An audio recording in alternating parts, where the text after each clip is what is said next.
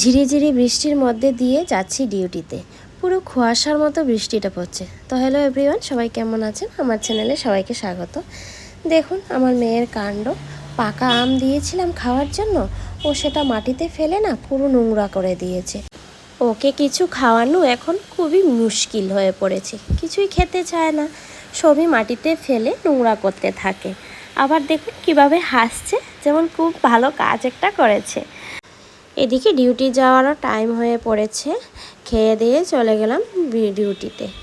এখন আর ভিডিও করে এডিট করে ছাড়া খুবই মুশকিল হয়ে পড়েছে।